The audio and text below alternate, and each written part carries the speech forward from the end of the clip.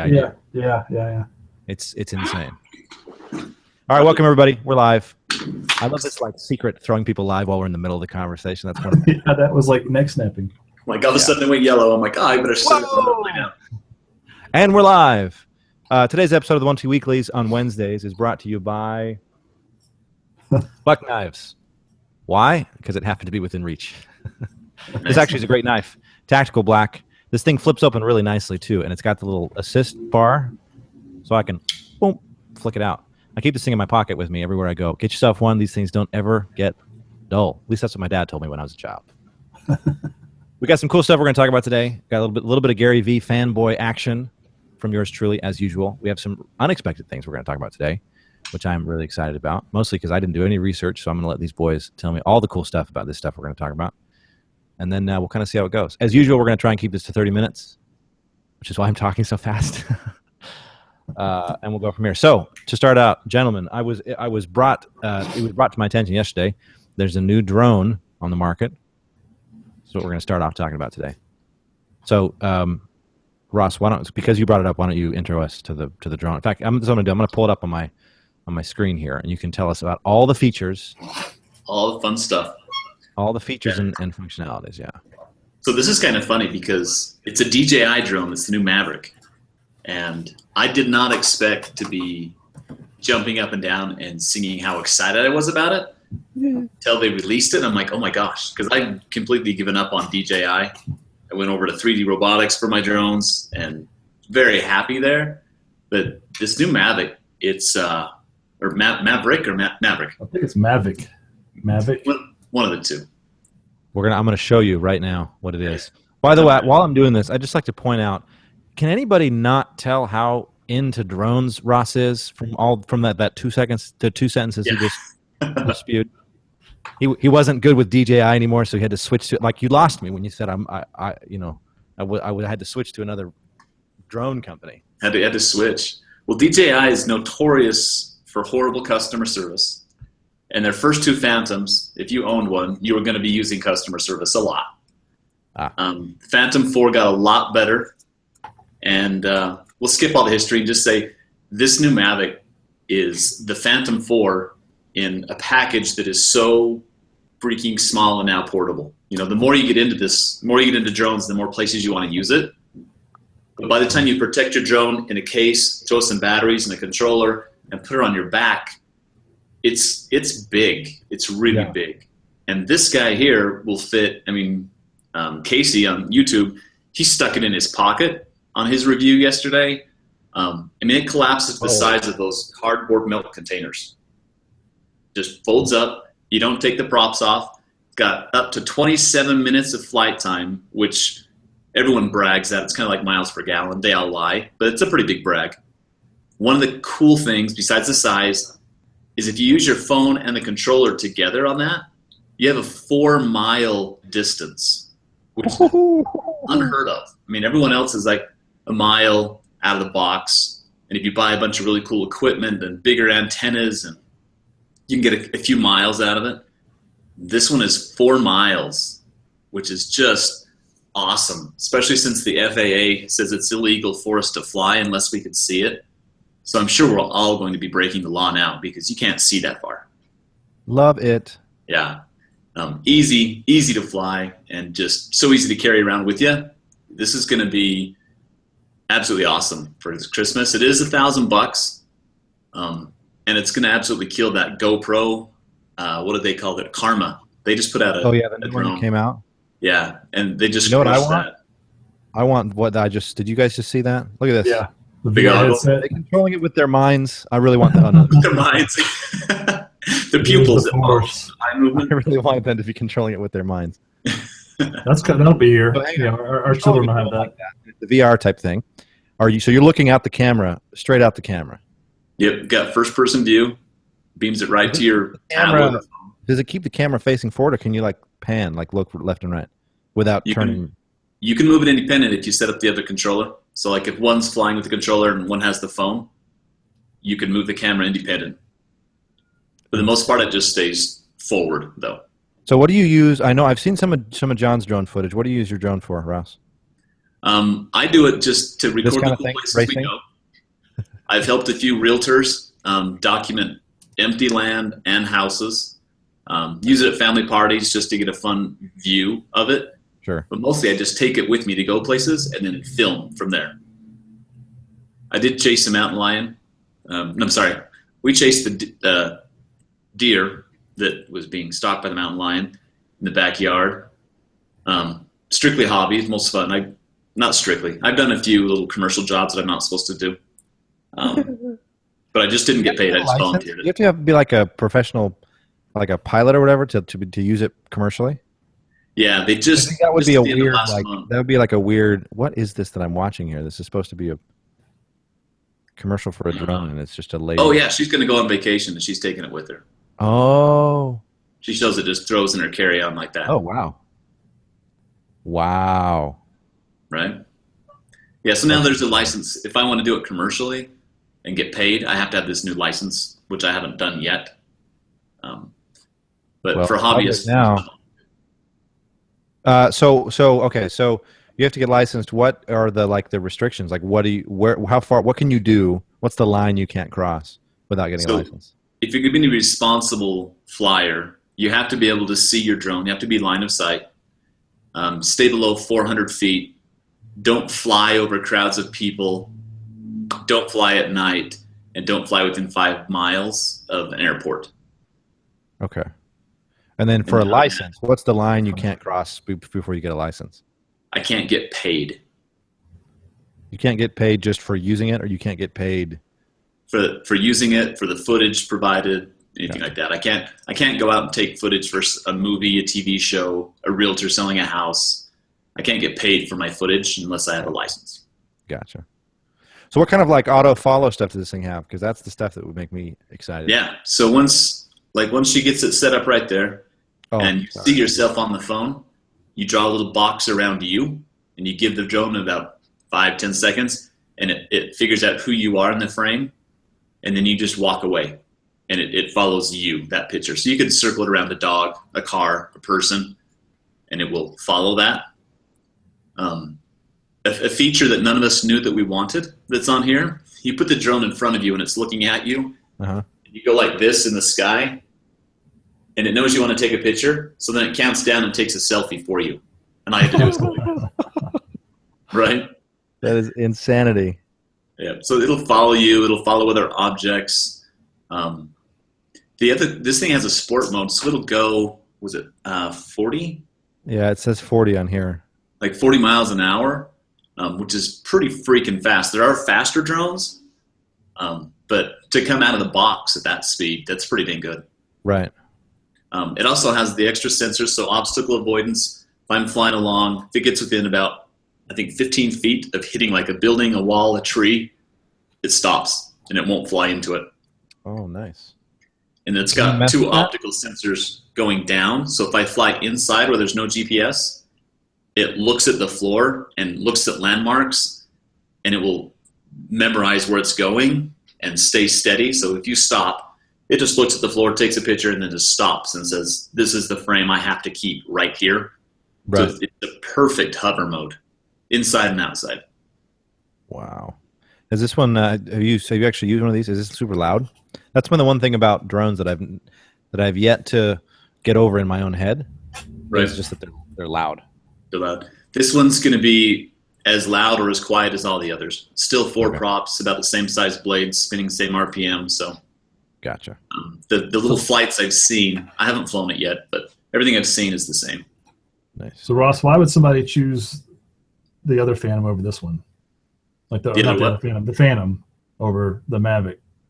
Now you wouldn't, except for maybe a price drop. I bet those Phantoms, I'm sure starting today, I bet they're going to just start pumping them out of Best Buy and anywhere else at cheap prices.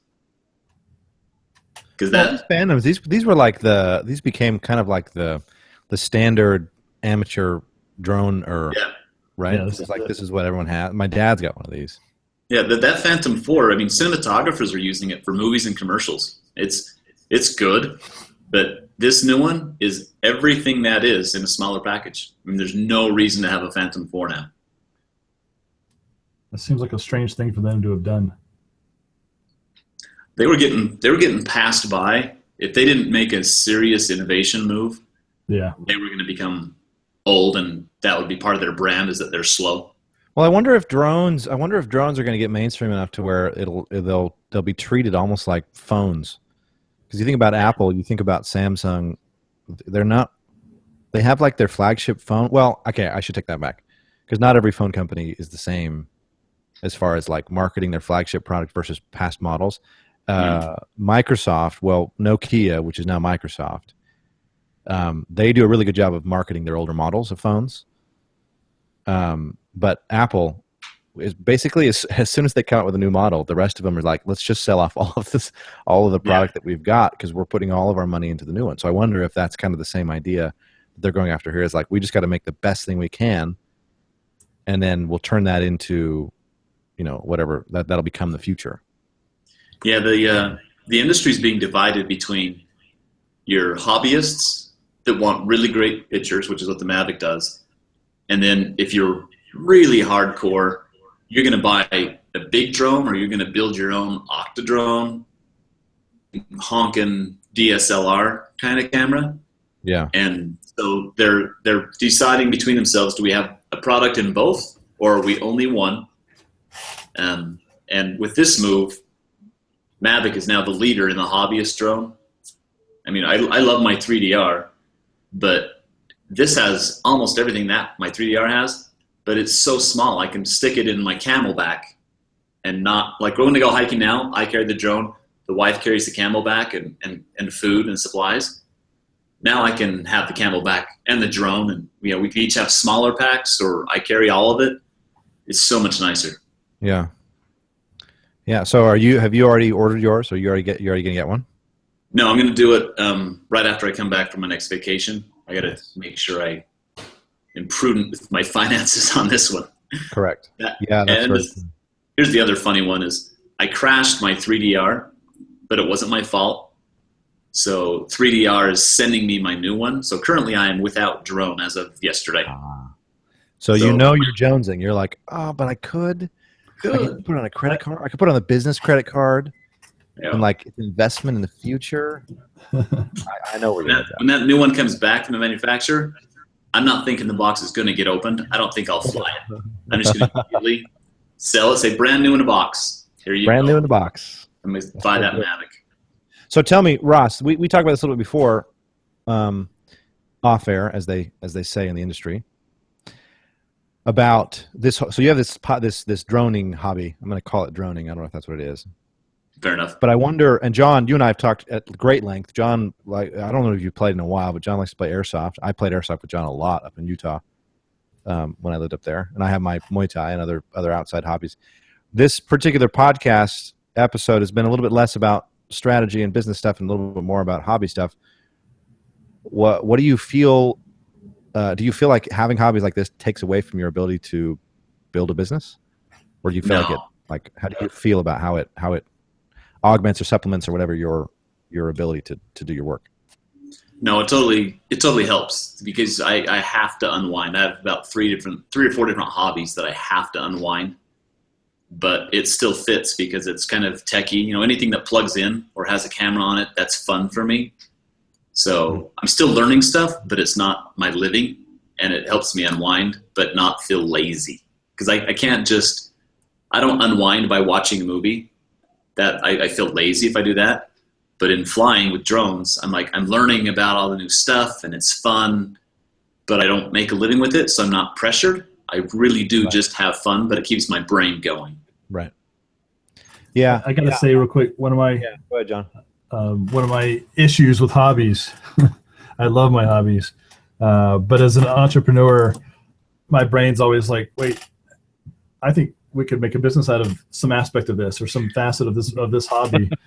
and I always want to run off with it. Like, oh, I need to do this thing. I've got this amazing idea. And you had, cause you had the modular molly suits that you were building, right? Yeah. And it's still, that stuff that I did end up putting that on the back burner indefinitely. It came to the point on that project where I was going to need like $60,000 to do first round of prototypes, production quality prototypes. I'm like, well, I don't have it. I'll have to go find some other way to make that happen. Pause. Yeah. Yeah. So I was like, better to focus on what I do, where I'm already successful or moderately successful.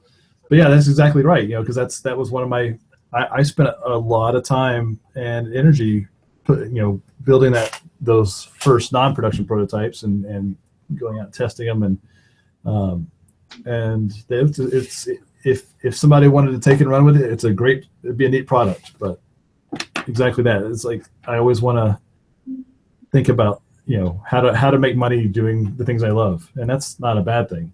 Right. Nope. Not in and of itself if you can do it, but if you can't do it, then you're wasting time.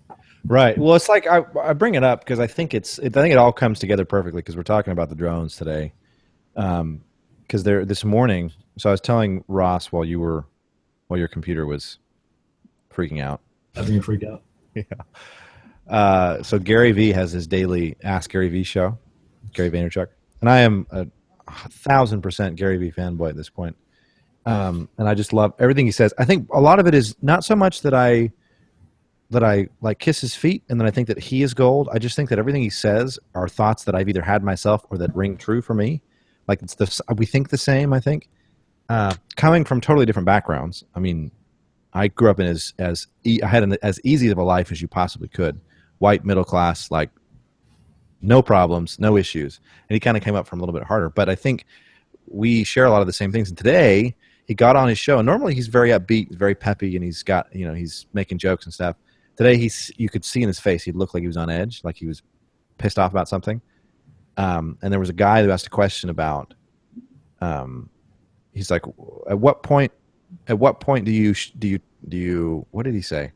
He's asking like about friends. He's like, I got a couple of friends, and at what point do I like say, hey, like cut them out basically, so I can work on my business? And Gary was like, I think a lot of people misunderstand the hustle mindset, and they think, oh, hustle means 24 hours a day, 7 days a week.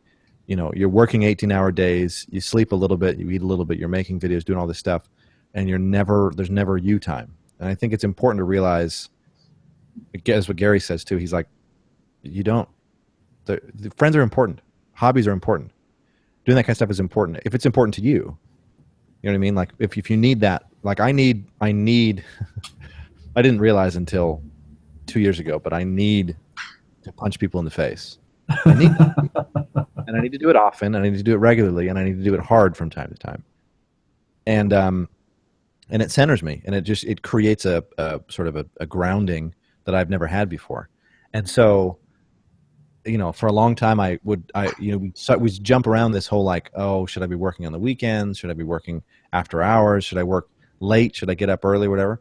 And it turns out it doesn't matter, because you just have to make sure that you're doing like what you actually want to be doing. So I think the stuff about hobbies, all these things, I think that these are healthy things to be talking about. And if you find yourself, again, to kind of echo what Gary says all the time, it's not about you don't have to have a hobby. You also don't have to not have a hobby. You know what I mean? Like it's who are you? What are you? What do you like to do? What are your skill sets? What are your passions? What do you actually like? And if you have a hobby, if something you want to do it, right? Even if like you work during the day and then have a hobby. And if it turns out that one of the big things I think that people miss, that Gary talks about all the time, if you have you have to rank what you want in order of importance to you, not in order of importance, not what Gary would say, not what your mom would say, not what either any of us would say. But what's important to you in your life? Ding, ding, ding, ding, all the way down. And then if your hobby, and this is totally okay, if your hobby is more important to you than your career, like than whatever business that you're setting up, get a 9-to-5. Get a 9-to-5, just do it, get it out of the way so you don't have that stress, and then just do your hobby if it works out that way. Like for me, I could be doing a lot more with my business. I have 2 clients. I haven't really done a whole lot. I've done zero marketing.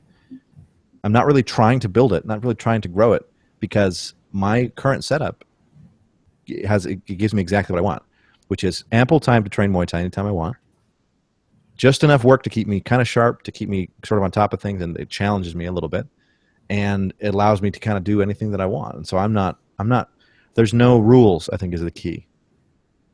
So we talk about having hobbies. Like I said, you don't have to have a hobby. You don't have to not have a hobby. You have to decide. You get to decide those questions for yourself.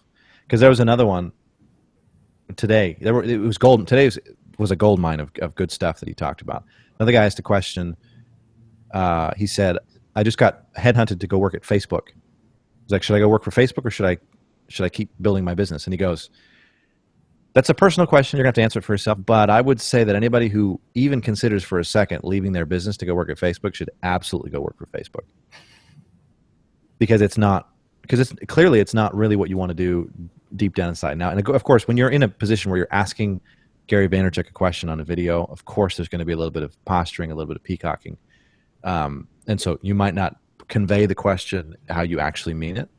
But I think it's important, and Gary harps on this all the time, and I totally agree with him 100%, that you have to find what you want and then do that. Like I've long said, I have a video that I put up probably 3 years ago that said happiness is getting what you want. Like knowing what you want and then going the act of getting that. You know, if you know what you want and you're like going after that, that's what happiness is. So I think that's super important. And I think the whole thing with hobbies is, you know, I don't think there's anything wrong with taking time to dig into them. Anyway. Hey, Brett, on that, one small thing.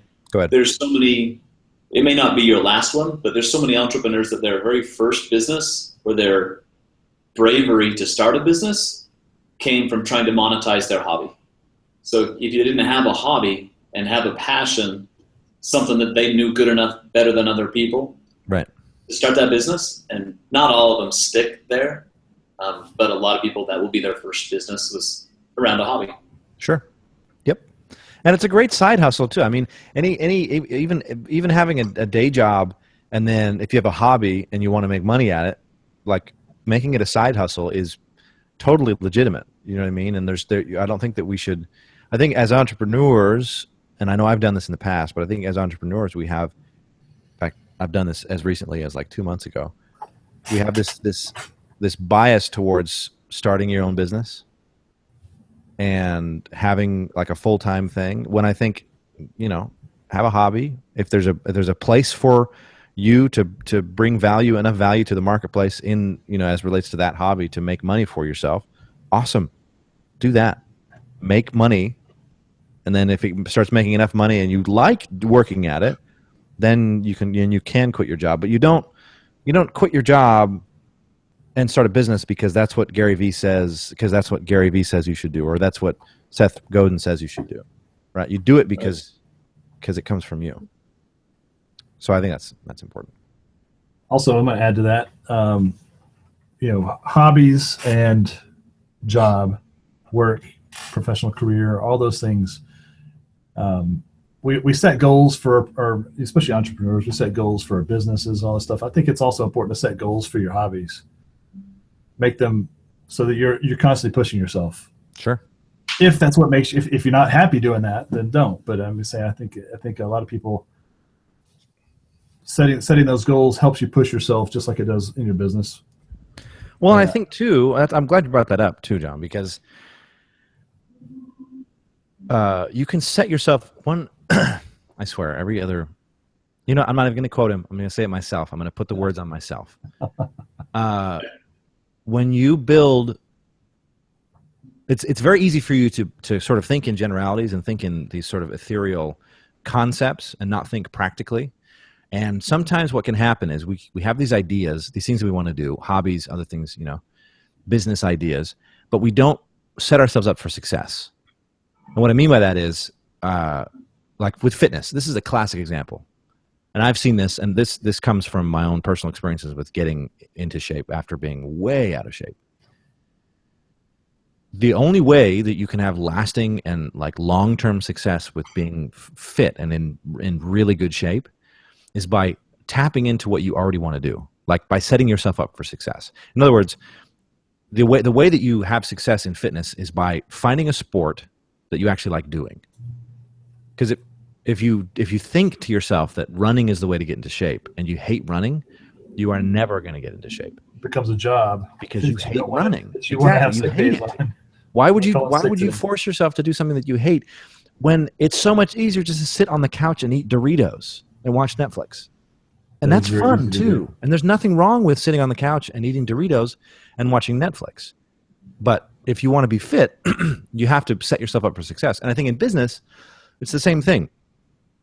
You have to make sure that you're set up for success, which means if you're not the type of person that can handle running a business by yourself, you're not setting yourself up for success by jumping out without having something already there. And in the same sense, just like what you're saying, John, about setting goals in hobbies, you're much more likely to set and attain goals in your hobbies because you like doing those things. And you can train yourself to set and achieve goals by doing it in situations that you actually, where you actually want it to happen. You know what I mean? So if you have a hobby, like for me, so Muay Thai is my hobby, and my initial goal was to fight once, and I did that. My next goal after that was to fight again and win, because the judges robbed me last time. So I'm fighting again. We just got announced that they're trying to find me a fight for November, which is going to be awesome. But my experience setting those goals and working towards those goals and finding ways to find discipline in a way that I'd never had before. I've set goals, so many goals for business, never achieved any of them. And so far, every goal I've set for Muay Thai I've achieved. And I think the difference is I'm learning to find that part of myself where I can dig deep and find discipline within myself. So I think it's important what you said, John, about setting goals, because not only should you do that just because you can improve and you can keep going. It's like if your hobby is playing the piano, well, you should practice and you should perform and you should take that further. But also it's practice. You set goals in places that you'll actually want to go and achieve them, and then you're practicing for the real world, which is business, right? So I'm glad you said that. That's a good thought. Okay, so we got 3 minutes left. Let's wrap it up. Any final thoughts, words of advice, words of wisdom, jokes, etc.? I got a helpful tip / word of wisdom from another friend I was talking to yesterday. Yeah, it was yesterday.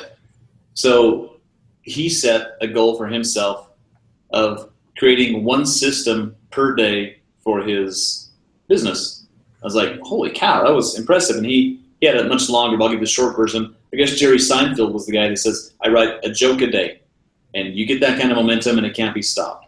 So Matt translated that to he documents one system for his business every single day, puts it in the library, and that way that the next person or employee or even himself that has to do that task, it's there in the library. I don't think I'm ready. I don't want to do a system per day, but I have been pretty decent on at least a system per week. So whatever the system per blank is for you, make that a habit. Love it. That's good. You remember the Grow Brain videos I did? That Jerry Seinfeld thing that you're talking about was the core of one of those principles. Oh, really? Because Jerry Seinfeld's got a neat presentation on. I've seen it on YouTube somewhere, and he talks about do something every day, and it's like making a chain. And so I liken that to putting an X on the calendar. X on the calendar every day. You do that thing, and then when you fail to do it one day, your goal is to get to 100 days. When you fail to do it one of those days, you start over. And you start over at 1x, and so until you get 100 x's, that way it's a great way to create a habit. It takes 30 days to create a habit. You do it for 100 days, and you'll be set. Nice. Yeah, I'll go find it on YouTube. I didn't know there was a presentation out there. So thanks. It's just him talking about breaking. He said breaking the chain. I think if you just Google Jerry Seinfeld breaking the chain. Don't break the chain. That's his. Yeah, don't break the chain. Yeah, but also don't depend on the chain. Because the chain's not what keeps you in a habit; it's you. You actually can make a habit in a second. You just have to, you just have to keep doing it, right? So don't be that way. So, okay, so we got 30 seconds left. John, you got anything you want to add for the viewers out there? I think that was it. Don't break the chain. Just adding on to that. Perfect. All right. Yeah, don't break the chain, everybody. Again, this episode is brought to you by ScanDisk. I changed it. Oh, you did? I see that coming. I changed it just in my mind just now. All right, fair enough. SanDisk. SanDisk. You had the letter in there. SanDisk. Whatever. The disc needs to get scanned at some point. There's mine. Thanks everybody for joining us. We had some good. There you go. We got more adapters. Yeah, I was trying to come up with the word adapter for what it is. Adapter. Anyway, thanks everybody for joining. Thanks for watching. Remember, hobbies are good if hobbies are things that you want to be doing. If you don't like hobbies, then you don't have to be doing them. And the biggest thing is, remember, there are no rules. You get to make up exactly what you want to do, as long as you're doing what you want to be doing, and not what somebody else tries to. Not what you think somebody else thinks that you should be doing. That's when you're actually going to find that happiness in that core. Thanks to John and Ross for joining me as always. We'll see you all next week. Peace out. You got it.